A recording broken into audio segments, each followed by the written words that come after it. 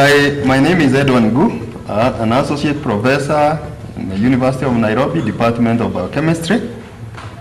I train biochemists, molecular biologists, and also biotechnologists. Now, my submission here today is that the ban on GM products will actually slow down the education and training of biotechnologists in Kenya. I think Kenya's development blueprint, that is Vision 2030, identifies science, technology, and innovation as key resource that needs to be harnessed in achieving regional and global competitiveness in propelling our country to a newly industrialized status. So when you look at that, when you look at our vision and against the ban, then in a way we can say that the ban is actually negating the vision.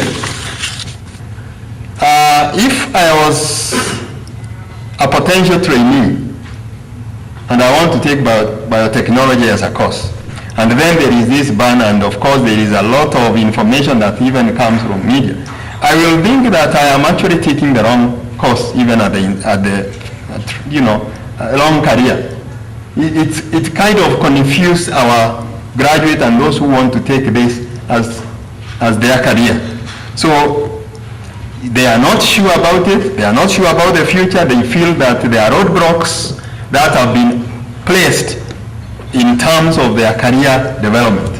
And for that reason, many will actually shun taking biotechnology as their career. And what will that have in the long run? It will create a very serious manpower shortage in this field, because really I am not ready to take a career where I feel like somewhere along the way there will be some roadblock that will be placed so that I cannot actually exercise it to the fullest. And what this will again bring is that it will actually slow down, if not killing, the innovations that can actually come from this field, from our young graduates who are graduating from this university, and the number is not small given the number of universities and the many universities that have now taken into the training of biotechnologists. And then we are also telling them we are telling our young graduates now, don't be job seekers, be job creators. How are they going to create these jobs if we place roadblocks in their part of career development? And of course, this will also deny the country the potential benefits that can actually be harnessed from biotechnology. We, as a country, and I think we can bear witness on this, we have made tremendous progress in the IT innovations. Why? It's simply because we have freed the young people to exercise their profession without hindrance.